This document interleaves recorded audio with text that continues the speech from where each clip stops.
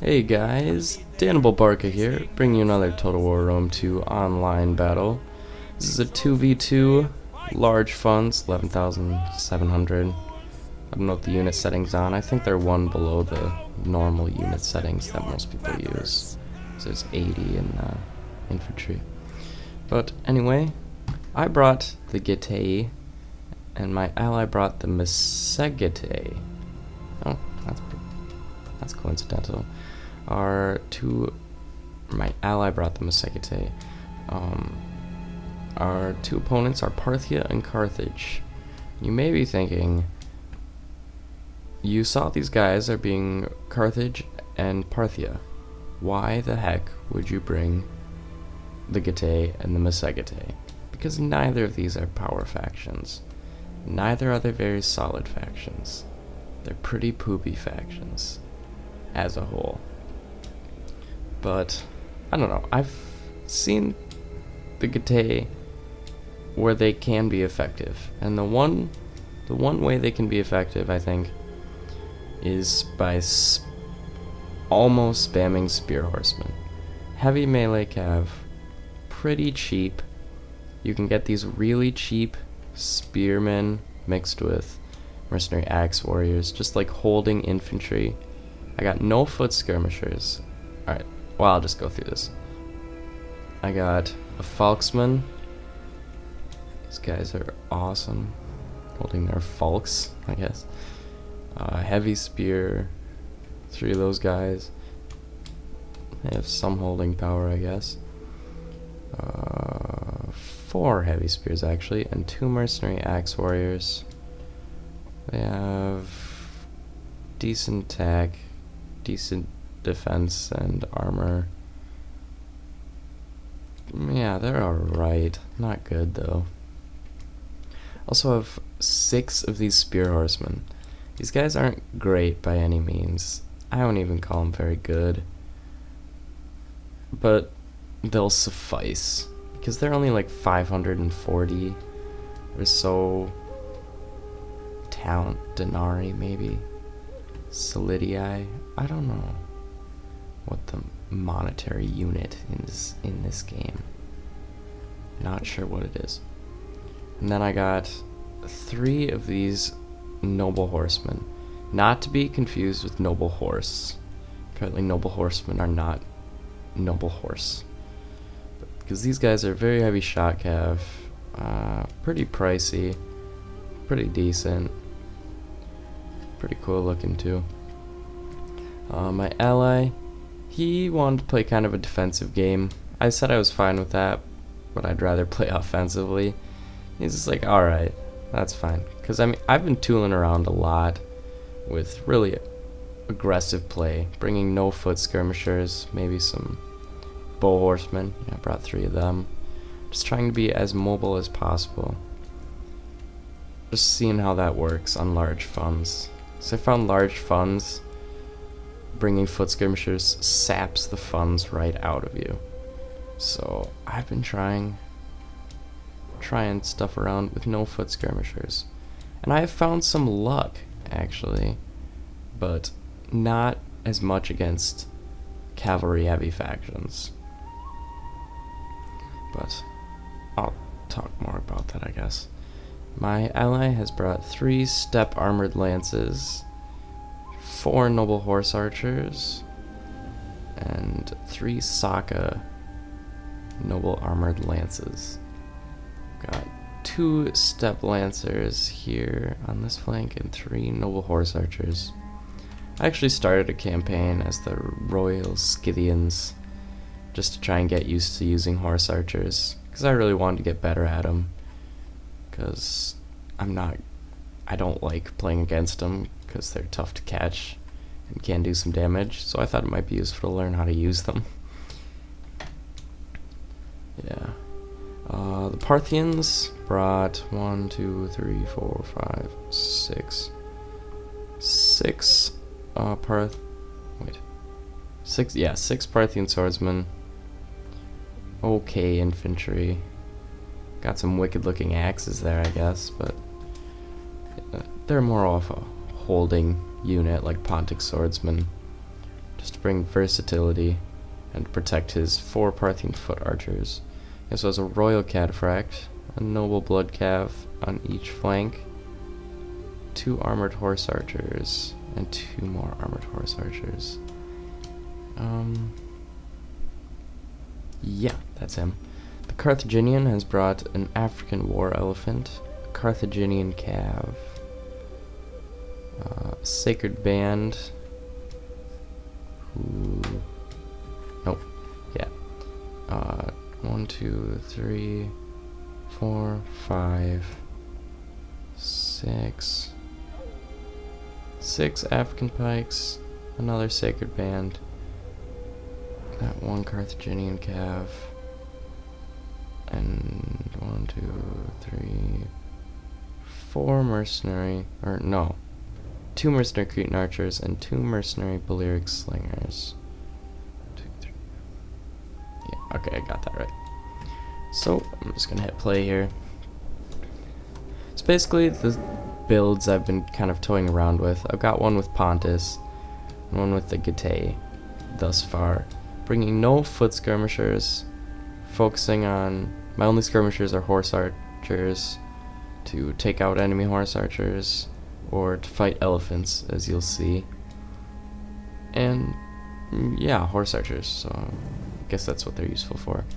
Bringing vast multitudes of holding infantry to almost envelop the enemy's infantry, or at least hold them, but not beat them. I'm not worried about them beating them by any means, because that is where my cavalry comes into play. And that doesn't even have to be particularly great cavalry. It can just be, it can be decent and work fine, as long as you have the numbers. Because if you can trap, like, you can trap a good cavalry unit between a heavy spear. If you can fix a heavy spear onto a good infantry unit and then hit it from behind with one of these spear horses, it'll do a lot of damage. A ton of damage. Enough that these cheap heavy spears and these spear horsemen will have been extremely cost effective without having to be very good at all. So yeah, I guess you've heard quality over quantity a lot. It's basically the opposite of what I've been trying with these builds. Quantity, so that it works best against infantry heavy factions, less mobility, lets your cav move around better, and best against factions that don't have elephants, because they can ruin everything. But yeah, I'm skirmishing away over here. My ally had never played as the Getae. I thought he did well, very well. I'm bad with horse archers and cav factions, so he goes for charge against these no blood cav. Good choice there. He'll win on the charge, and with numbers he should be able to pull out that fight relatively unscathed. Relatively. No, not relatively at all, I guess. But I've been able to take out these horse archers through sheer force of numbers, you know. I think I'm 1 away from a full stack with this army. But over here, I think the Carthaginian was microing. Or just, yeah, microing over there, maybe with that sacred band. Because I probably wouldn't have been able to do well in this fight without this. But I used my bow horsemen, put them in heavy shot, and just start pouring fire into these elephants. Start pouring fire. And about this time is when my ally lags out, which I was sad about. Then the AI takes over, and they're not as good. I had a great ally. Really nice guy. Capital fellow. But yeah. So now he sees that he's getting his elephant. His elephant is getting killed for free by me. So he brings in a Carthaginian cav. I don't know, maybe he didn't bring enough cavalry, I think. It's mostly a defensive build. And that is what my army is made for. It's breaking fairly defensive builds. I'll probably upload some videos I played against this guy where he brought Parthia and Bactria, and I got crushed there using builds like these because he had crap infantry and I had to focus on it because that's what this is built for, but it wasn't even a big part of his army, and he could just come around with cavalry and destroy me. It was not well thought out army choice there by me, but works in this situation. Not to be recommended everywhere or anytime. Really fun to use though. I've basically got these elephants covered. I think the AI is in control here. And yeah. The AI, like a normal person probably wouldn't pull his cav out that way. Like just take a stroll in front of all these Cretans and Balearics. Like, so it's one of those things. It just happens. But I actually lagged out of the next game I played. I have no idea why. Because I normally have good connection. Very good connection, but yeah, I was the problem in that one. I don't know, so they formed a pretty defensive formation. Parthian swords in the back, Carthage in front with their pikes. So I'm hoping that this AI will keep the enemy's eyes away, focused on this fight, while I try and come around and destroy them. Much like Aragorn and the last of the Rohirrim and Gondor armies, as they distracted the Eye of Sauron before the Black Gate, as Frodo snuck into Mount Doom to destroy the Ring of Power. Oh, I love that series. Great series. I don't know. Read the Silmarillion. Oh, so good. And The Hobbit. And the books. So great. And then see the movie. Movie's great. Books are even better. Yeah. Also The Office. Watch The Office. And The Big Bang Theory. And play Rome 2 while you're at it. Play some Rome. But anyway, I am losing some bow horsemen here. He's got his skirmishers. Carthage has fallen back from his Parthian teammate. I'm like, yes, this is what my army was made to do. Because he's kind of clumped up here. Got some foot archers mixed in with some swords. I'm not sure what the thought was here, but bringing this massive cavalry around to bear on these Parthian swords who are running. My men will win that fight because they are running and I have numerical advantage. And this AI is still doing a great job keeping this Carthaginian distracted, making him thin out and reinforce and whatever not. Got my noble horsemen on this side, spear horsemen on the other, beating down these Parthian swords, and I'm coming in with my infantry to wrap up this Parthian. Because that is what this build I've been toying with is made for. It's wrapping. It's wrapping paper. It's the Christmas build. Yeah. So yeah, I'm just trying to wrap with my infantry, hold them down. Doesn't matter if I beat them. The goal of my infantry is not to kill enemy infantry, it's to hold it, while my large quantities of cavalry get into their backs.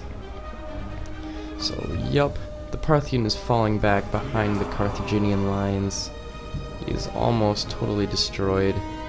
My spear horsemen have beat the Parthians on this side as well. I've got good numbers of cav left. That will be key.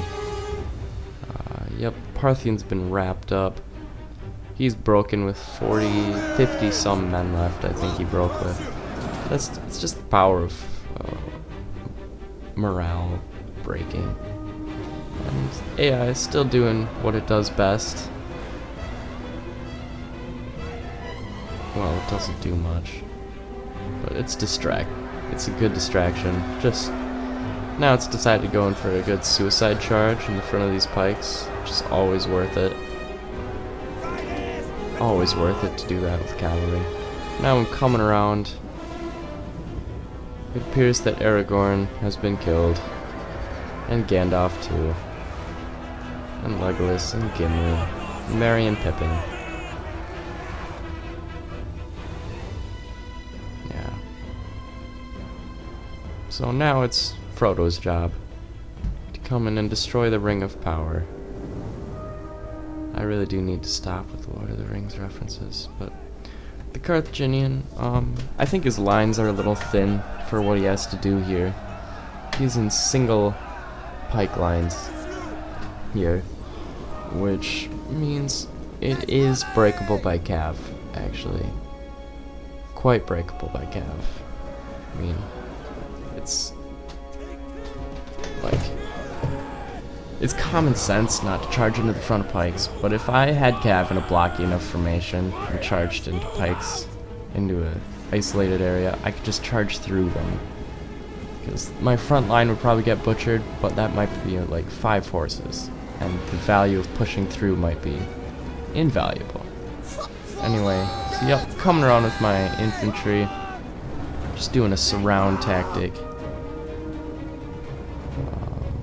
I do blob up here, as I love to do. These pikes are doing good. Yeah, no, come around with these mercenary Axii warriors. Yep, doing a lot of distraction with my cav. I run into this fight to take out some Cretans. Very worth it for me. Now he's in its general's bodyguard. I really do need to do something with this noble horseman. Coming with my spear horseman. Yep, right here. Yeah, that I did badly. Came in a thin line. Broke nothing. I think I accidentally did that. No, I didn't. I remember clicking that. So that was stupid. But that was just plain old stupid. Come on, Frodo. You're gonna have to do better than that. But, yep. Got this one sacred band chasing my spear horseman. It's not a fight either of them really want. Because the spear horseman isn't going to do good to kill the sacred band. The sacred band isn't going to catch the spear horseman. So I don't know. Chasing down skirmishers here. Getting behind these African pikes.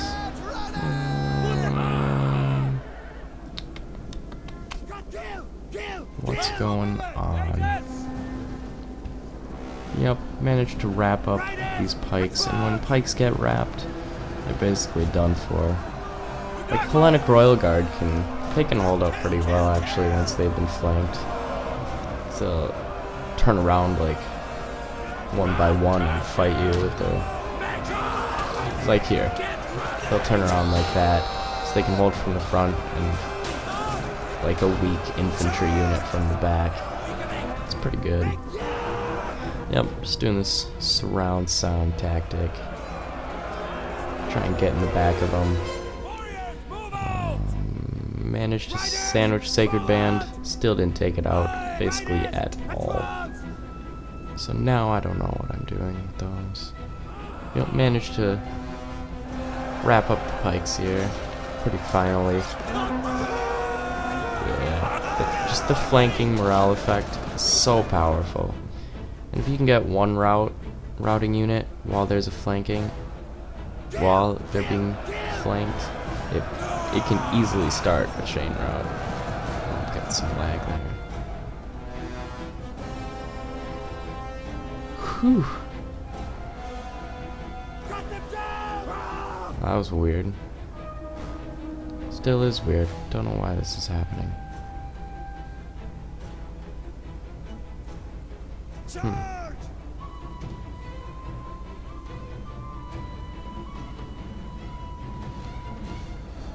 I don't know.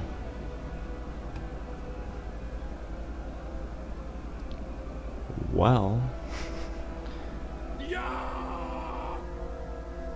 Kill! Yeah, a little bit of lag. Just a bit. What are you doing now?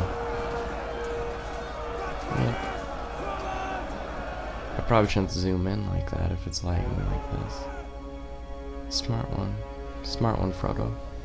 Yep, I'm just cycling charges into the Sacred Band to try and break it. And we've got the last remnants of this Parthian wrapped up. Yeah, the Noble Horseman charge didn't break it.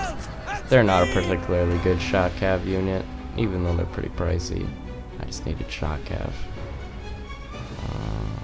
Yeah, my army, not good. Really no skill to my army at all. Nothing really elite in it. Just had the advantage of decent swarm of cavalry. Yeah, they're like a pretty decent swarm. It's basically fought behind this army.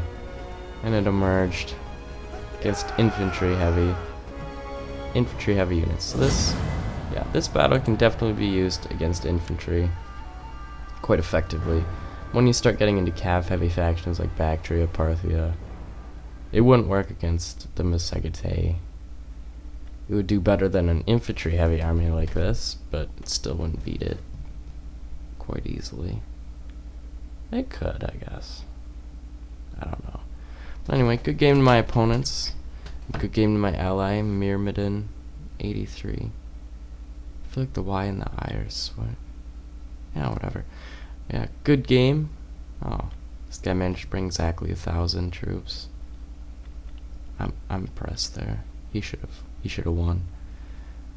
Good game. Yeah, thanks for playing. Dan Wilbarkas signing off.